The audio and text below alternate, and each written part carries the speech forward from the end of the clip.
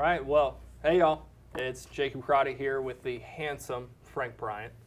I go to Frank with a lot of specific questions if I run into something that I might not have run into in a while or ever before. This one here is actually why we're doing this. So I have a client who is turning 65 in July. Now, she has done so much research, I asked her if she wanted a job. Okay, and from 5 minutes in, I asked her if she wanted a job because she knew all about daily deductibles, the 1556 if you're put in the hospital, days 1 through 60, 60 through 90, everything Excess like charges, that. everything. She has been to 3 seminars. She has talked to 4 different brokers and has got printed out rate sheets from each of them. OCs for everybody. Yes. Okay. OCs from everybody. So her big concern was she wanted to stick with a company that has not changed entities in quite a while. She is very worried about being susceptible to a bait and switch introductory rate. So for her, she's finding more comfort in a Plan G that is a much higher premium just because the entity hasn't changed at all. So that's why I'm coming to Frank here to kind of get his opinion on the situation and how to handle it. All right, so she's gone to 3 seminars. That means she's probably talked to about a dozen individual agents. Gotten all her homework. She's very studious. So, well, I'm going to get some more background about who the person is, because who the person is really what's going to determine what you need to do on this. It's obviously not about price. It's obviously not about the product itself. She knows they're all standardized. So she's in a cycle right now, what we used to call in air traffic control is paralysis by analysis. There's so much going on here that I don't know what to triage and what to do first, so I freeze and then planes go, you know. Yeah. So, so the whole problem is you have to break that mold, and what she's honed in on is that someone is trying to key the one feature that they can actually say that they don't do, you know, or makes them different, is now they've transplanted that as to be the reason they should, or what they need to look for, which I don't blame them because we do the same thing, right? The problem is, you said it was Blue Cross Blue Shield? Yes, she was looking at Blue Cross Blue Shield. Okay, because they don't switch a whole lot because of the nature of what Blue Cross Blue Shield is, and we sell a lot of Blue Cross Blue Shield. And what is so why, because I know we sell Blue Cross Blue Shield, why is she just turning 65 or? Yes. So here's a little bit of background for her, just the type of person here. She's originally from New York, so when I told her I was from Texas, she goes, "Oh, you're going to talk slow." And I said, "You know what? I'll match you." And thanks, lady. And, okay. And she loved that. And I tell you what, it was an hour-and-a-half conversation, and she had to run. But we were still talking about everything. She's already emailed me 3 times this morning, and I got off the phone with her maybe about 3 o'clock yesterday. Okay. So she has been self-employed. She has run her own business for the past 45 years. That is why she is so analytical, because she has always had to be the analytical person. So for her, breaking it down, the premium is not the issue. Okay. She already knows the plan that she wants. The premium, she is okay with paying a little bit more, just so she has that stability to fall back on. Okay, this is not an introductory rate. They're not trying to bait and switch me, and then 2 years later, a new company comes out. By the way, she's super healthy. She doesn't take any medications. And she's turning 65. Yeah, and she's turning 65 open enrollment. So as for right now, even if we had to underwrite it, any company out there would take her. Yeah. So for her, it's just that stability that Blue Cross has not changed entities within the past 7 years. Okay. So we need to take a look at why that's important to her for the entity, or what benefit she's trying to get out of that. Generally, if people are looking for companies that don't switch entities, they know, and they've already made that association where this company will bring out this new entity. Someone's told her this. This company is going to introduce the new entity. They'll stop selling the old entity, and the old entity price is going to go up. Right? So she's looking at a consequence on that. So what she's looking for really is going to be long-term rate stability and long-term value. What's going to save you the most money over the long term, right? But with that, there's another issue on here.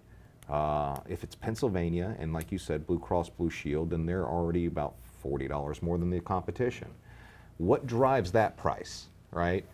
That's going to be a function of the risk pool. right? We need to see what their risk pool looks like. To do that, we need to see what their health questions on their application is. Because we all know, you and I know, that these companies are not going to be able to just throw a dart and get a rate increase, right? I mean, no, they have to go to the State Board of Insurance, they have to show a claims loss ratio, they have to show what they're paying in claims. And then the state goes, well, we'll authorize a 5% or 2% or whatever, but you can't get that 20%. So what really drives the price is not just the company stability. That's not a way to increase prices, by the way. That's a way for them to keep prices low for introducing people, which she's right. You can have big rate increases if they cycle it in, but they don't really cycle it in that much if they have stable rates. There's no need to go through that paperwork nightmare. So the companies that have been more strict, like for example, your New Eras, you were talking about that earlier. New Era, they look back 5 years on most stuff, and they, if you, almost any medication, it's difficult to get them on, right? Yeah. Rates have been incredibly stable through their Philadelphia line and the New Era direct lines for a very long time. So the thing that she's focused on, and rightly so, that is a condition that can lead to price instability. But realistically speaking, it's the risk pool. Yeah, that's exactly what it comes down to, and the reason why she said after all the seminars, after talking to copious amounts of people, that she wants to work with me. We just have to find the right fit, because not one single person addressed her concerns as if she was 70 years old and just got a rate increase. Nobody out there, they weren't looking past it. They were just looking for, hey, here's this easy open enrollment. You don't have any health questions. Here you go. Let me never talk to you again. But bringing that up to her, addressing her, the underwriting, she actually sent me a link to a couple articles about underwriting Medicare. And so she's very intrigued about it at this point here too, but kind of breaking that down for her, going over those options that, look, this is a 5-year look back risk pool where if you've had anything in 5 years, you know, they're going to decline your application versus something where you can get by. One of the conditions that I like to use in that example is dementia. You know, we do have one company here that will write somebody that has dementia. Every other company out there, that's 99% across the board declinable for a Medicare supplement. And their rates go up real fast. They start low, but they go up real fast. The rates go up real fast. So if you're moving somebody that's paying $400 down to $250 with dementia, it makes sense. But if you have somebody healthy that can go anywhere they want, it's that sense of being selective of the pool that you're choosing from. That really is her concern. Well, and it's the stability that you get from exclusivity, right? If you get into a group that is, they're just taking real healthy people, you're not going to be sharing the cost for major medical stuff on the same rate you would be with her somewhere else. I mean, she was a business owner, right? So every business owner has been in a situation where they go, you know what, there's some clients I just don't want to deal with. The ones that I'm at a net loss for my time and effort and money. Someone that's going to continually just eliminate the bottom line. Well, you want to be in those areas, in those groups, and you want to start getting those people as your clients that are the higher level clients that you can get more margin off of. The good thing is that with insurance, there's a control on how much margin you can make. So while these guys are being very protective over what they allow in, that means those savings have to be passed down to you. So, I mean, it's a good glitch in the system, because I'm pretty sure at some point insurance companies said, no, I want to make as much money as humanly possible, and someone went, no. But, you know, it's something you can really take advantage of. So the key is that we have to talk to her on that level, because someone already talked to her on that level, but they weren't good at selling themselves. The reason she didn't sign up with that other company or that other person, which if you want to sign her up with Blue Cross, go ahead. Yeah. I'm not going to be mad at you for, you know, getting in business and getting what's obviously a great client. By the way, you should probably say, hey, side hustle, let's go ahead. Like you were saying earlier, you could be doing this. Tell her she could be doing this. I try to contract her on the spot. You contract her on the spot. She goes, I'm tired of working. That's why I'm retiring. Right. So, yeah, so, yes, what she's talking about is right, and this is the way we communicate. Yes, what you're talking about is right. You're not wrong.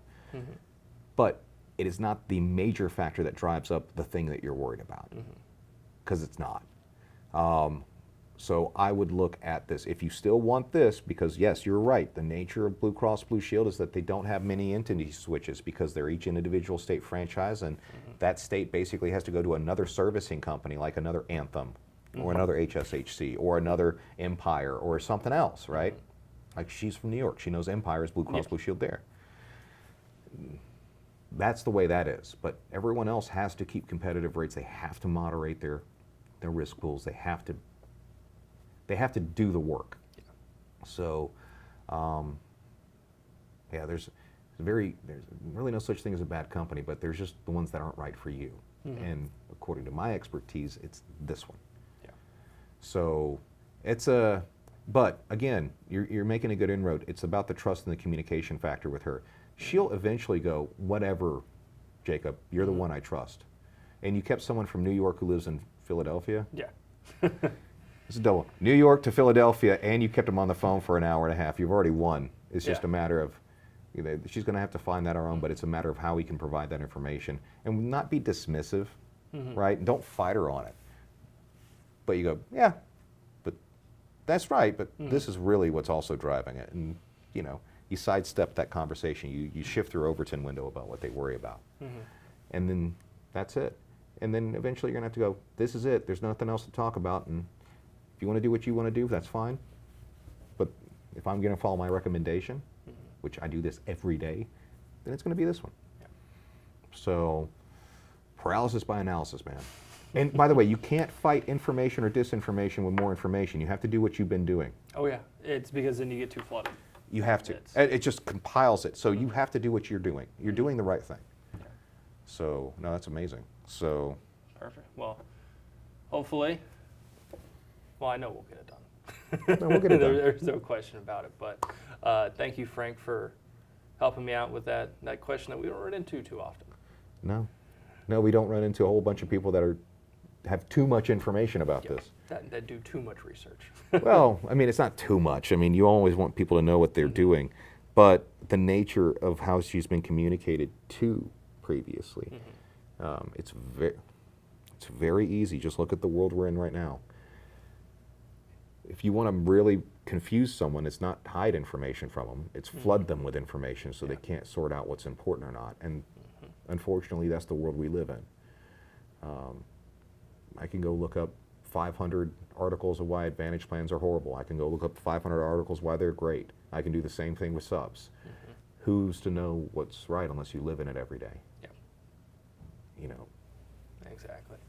So, on that note, if any of you out there watching, if you have any weird circumstances like that, I know usually, you look at the big ones, price is one, is this a network, talking about Advantage plans, some of the more obscure ones, leave a comment.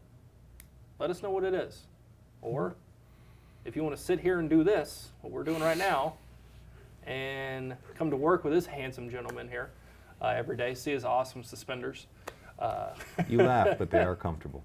Just go to www.medicaregurus.com/agents and take a look for yourself. Thanks, guys.